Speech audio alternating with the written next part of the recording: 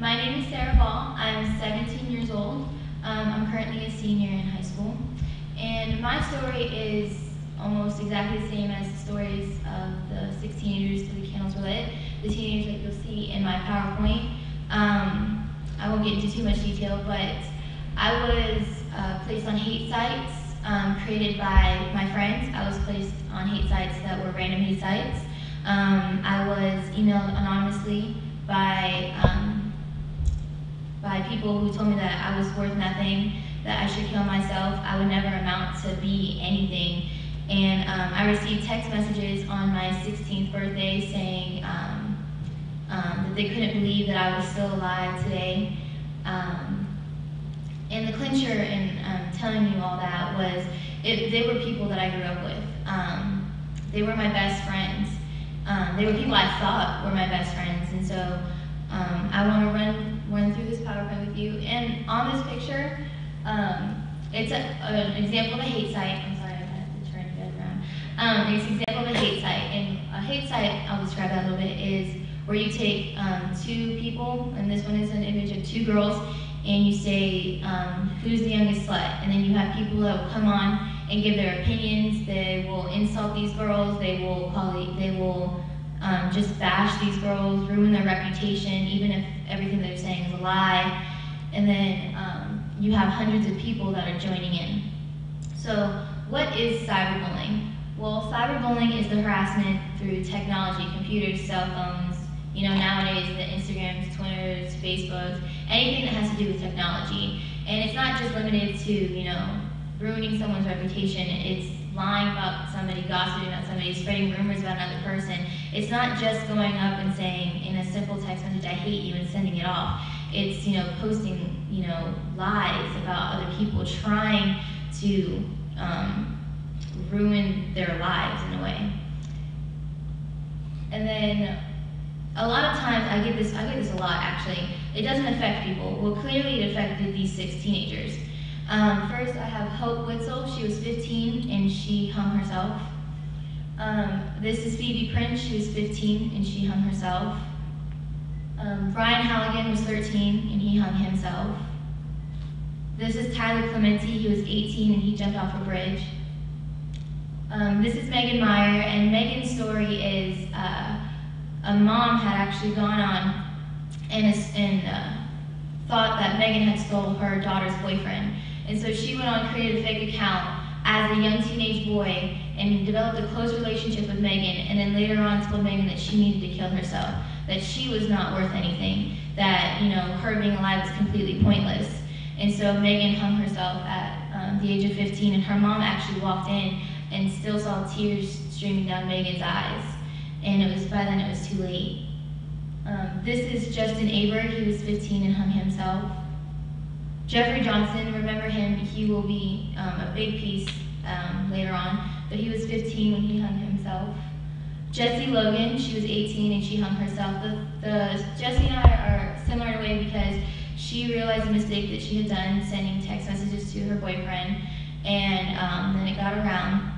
And so she decided to do something about it, and she went around to schools and places like this to teach young girls that the protection and that you shouldn't do things like this. And she did that for about a year and a half, but she still got a lot of hate on Facebook, and she still got a lot of hate through text messages, and she couldn't take it anymore, and so she committed suicide. This is Paige Moravich. She was 15 and she committed suicide with her best friend. This is Megan Gillen. She was 15 and overdosed. And then the last one is Seth Walsh, and he was 13 and he was hanging in a tree in his backyard. I know you can't read the red writing, but it says, from 2011 to 2012, Pasco County has suffered 3 attempted suicides from bullying. The first one that pops up is, his name is Zachary Gray, and he went to, I believe, Zephyr Hills High School. He attempted suicide, and his mom walked in and saved him, and so now he forever has to live with brain damage. Next is Kiefer Allen, excuse me, and he went to Sun Lake High School, and he was 15 and he followed through and committed suicide. And then more recently, you might have heard of her, her name is Jessica Laney, and she committed suicide just a couple months ago. She was bullied in school, and she was also bullied online. And I have the policies through my PowerPoint that should be coming up next. This one actually is, I went to my school and I created posters to spread awareness around through my school. And you'll see that they actually graffitied on the girl's face, and this girl had committed suicide because of cyberbullying. And I have so many teenagers that say it's not a big deal, that they don't care. But in this picture, you'll see that they really don't care. I tried so hard to get something in my schools, something, to help kids that were going through what I went through. And at the top one, it says that, cyberbullying's wrong, this isn't right. And then the person responded saying that they don't care. They don't care that they're hurting someone's feelings. They don't care if someone, and later on in the conversation, they continue to say that they didn't care if someone killed from it. They don't know the person, so they have absolutely no remorse for what they're doing. On this slide, these two girls got in a fight at school, and that's usually like where it ends, right? You fight somebody at school, and that was the end of it. Well, cyberbullies feed off of drama. So they brought this back on Facebook and said who won the fight, so that way the fight can go on. These two girls got on there and started, now cyberbullying each other. And then other people got on encouraging that the fight continue. In October of 2012, Aaron Gallagher created an AskFM account. And AskFM is where you can go on anonymously and ask questions to people, and they'll never know who you are. You could tell them something you've always wanted to tell them. So she created it thinking, that it was a good idea. Well, she had numerous accounts of cyberbullying on her AskFM. And so in October of 2012, she killed herself. This is her family. It's her sister, her mother, and her father. And Shannon was actually her best friend. And she was so upset that she couldn't deal with the loss of her sister.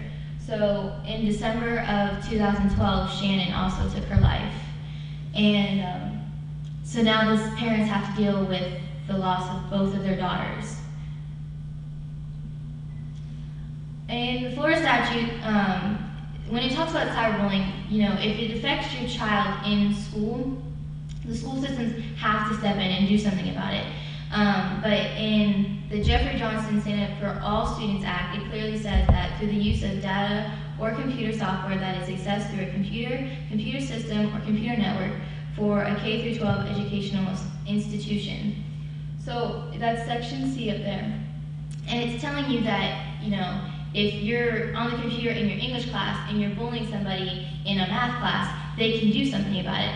But what happens when you go home and you have your cell phones, your computers, your tablets, your iPads, anything, and you decide to cyberbully somebody, at your house?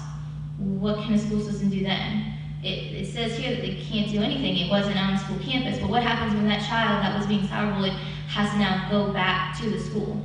Everybody knows about it. When I was being cyberbullied, I wasn't being cyberbullied by hundreds, but it was in the view of hundreds. People saw it everywhere. So something that I really feel passionate about, and I'm not downgrading any student code of conduct, they're all fantastic.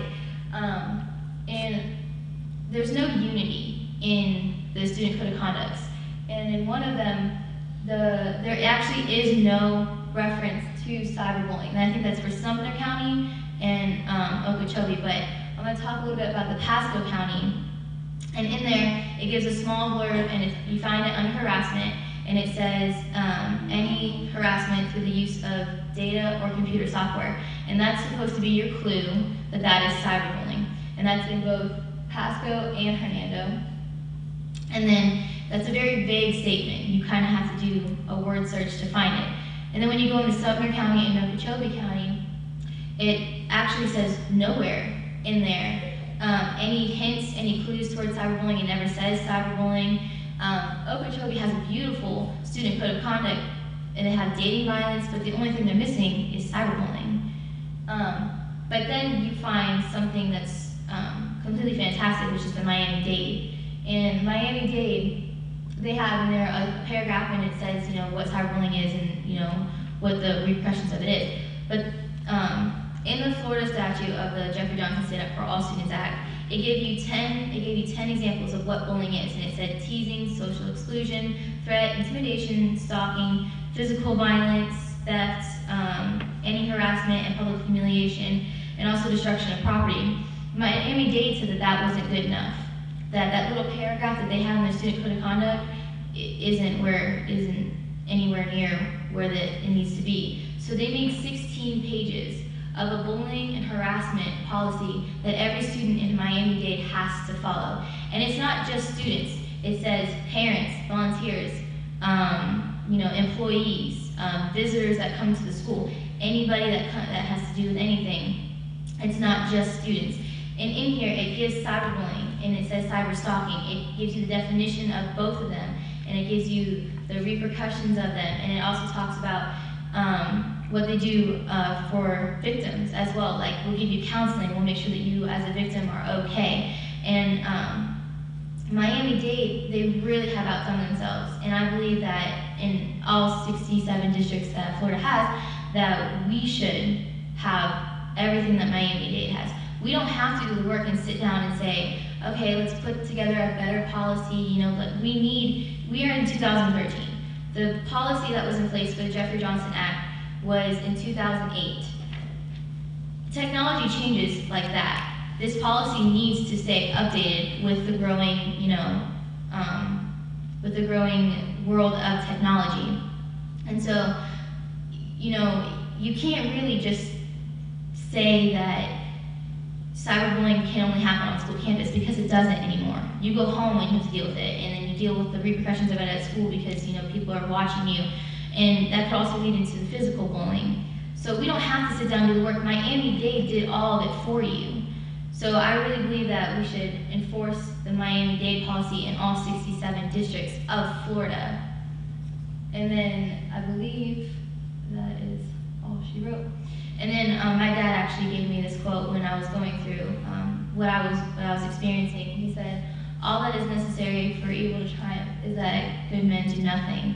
And when he told me that, I decided to not just sit around and let the cyberbullying and bullying just consume me. I wanted to change the way students like myself viewed the world, because when I was going through what I went through, I had no hope. I was depressed. I was so depressed that my body shut down. My parents took me to the ER at least 3 times.